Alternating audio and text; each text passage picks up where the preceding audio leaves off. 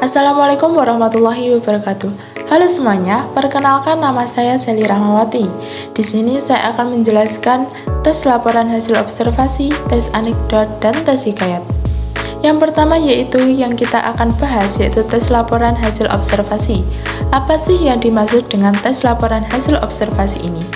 Tes laporan hasil observasi atau bisa disebut dengan tes LHO adalah tes yang berisi penjabaran umum atau melaporkan sesuatu yang berupa hasil dari pengamatan. Selanjutnya kita akan membahas mengenai ciri-ciri tes LHO. Ciri-cirinya ialah yang pertama bersifat objektif, global, dan universal. Yang kedua yaitu objek yang kita bicarakan atau kita bahas ialah objek tunggal.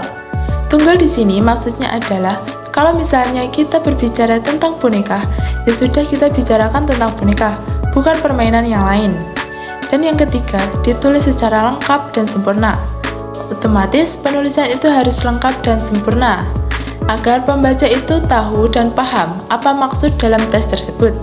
Yang keempat, itu ditulis berdasarkan fakta sesuai dengan pengamatan yang telah kita lakukan. Oke, selanjutnya kita akan membahas mengenai struktur tes LHO. Struktur tes LHO itu ada beberapa macam. Antara lain yaitu, pertama, pernyataan umum. Pernyataan umum yaitu merupakan pembuka atau pengantar dari tes LHO tersebut. Yang kedua, itu deskripsi bagian. Deskripsi bagian merupakan deskripsi bagian yang berisi detail objek, bagian, atau jenis. Dan yang terakhir yaitu deskripsi manfaat. Deskripsi manfaat merupakan bagian yang menjelaskan manfaat dari sesuatu yang dilaporkan. Selanjutnya, saya akan membahas tentang materi tes anekdot. Apa sih tes anekdot itu? Tes anekdot adalah cerita singkat yang di dalamnya mengandung unsur lelucon yang menarik dan mengesankan. Umumnya, tes anekdot ini menceritakan orang penting atau terkenal berdasarkan kejadian yang nyata. Nah, selanjutnya yaitu struktur tes anekdot. Struktur tes anekdot ini terdiri dari beberapa bagian, namun saya menyimpulkan menjadi 3 bagian. Yang pertama yaitu orientasi. Orientasi adalah bagian anekdot yang berisi pengenalan kondisi atau karakter tokoh dan berisi gambaran tentang masalah yang akan dihadapi. Yang kedua yaitu komplikasi. Komplikasi berisi masalah yang dihadapi tokoh. Pada bagian ini, penulis menyampaikan puncak cerita yang mengandung tawa sekaligus kritikan terhadap topik yang dia angkat. Yang ketiga, evaluasi. Berisi komentar terhadap isi atau pesan dari fenomena yang telah disampaikan. Selanjutnya, unsur kebahasaan tes anekdot. Unsur kebahasaan tes anekdot antara lain adalah menggunakan kalimat restoris, yaitu kalimat yang tidak membutuhkan jawaban. Yang kedua, menggunakan majas sindiran. Majas sindiran itu yaitu kata-kata kias yang menyatakan sindiran.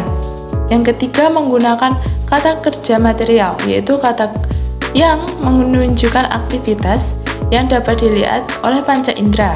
Dan yang terakhir, atau yang keempat, itu menggunakan kata keterangan waktu lampau. Dan masih banyak lagi. Kemudian yang terakhir kita akan membahas mengenai tes hikayat. Apa sih tes hikayat itu? Tes hikayat adalah karya sastra lama Melayu yang berbentuk prosa dan berisi cerita rekaan yang bersifat keagamaan, historis, biografis, atau gabungan dari sifat-sifat tersebut. Struktur dari tes hikayat terdiri dari beberapa macam. Yang pertama yaitu abstraksi. Abstraksi adalah bagian awal yang berisi isi cerita, biasanya berupa rangkaian peristiwa.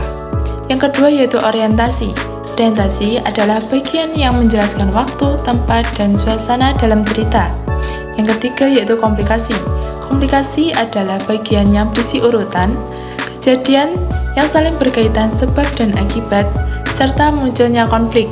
Yang keempat yaitu evaluasi, atau bagian yang berisi tanggapan tokoh utama terhadap konflik yang dihadapi. Yang kelima yaitu resolusi, bagian yang berisi solusi terhadap permasalahan yang dialami oleh tokoh. Dan yang terakhir yaitu koda. Koda adalah bagian penutup yang berisi kesimpulan atau pesan moral dalam cerita. Selanjutnya yaitu kaidah kebahasaan tes hikayat. Kaidah kebahasaan tes hikayat adalah menggunakan bahasa Melayu klasik yang ditandai dengan 1 1. Penggunaan banyak kata penghubung atau konjungsi pada setiap kalimat, seperti maka dan ketika. Yang kedua yaitu menggunakan kata-kata arkais, yaitu kata-kata yang sudah jarang digunakan atau bahkan asing, seperti beroleh, titah, buluh, dan lain-lain. Yang ketiga yaitu menggunakan majas untuk memperindah cerita. Nah, itu tadi penjelasan dari saya tentang materi tes LHO atau tes laporan hasil observasi, tes anekdot, dan tes hikayat.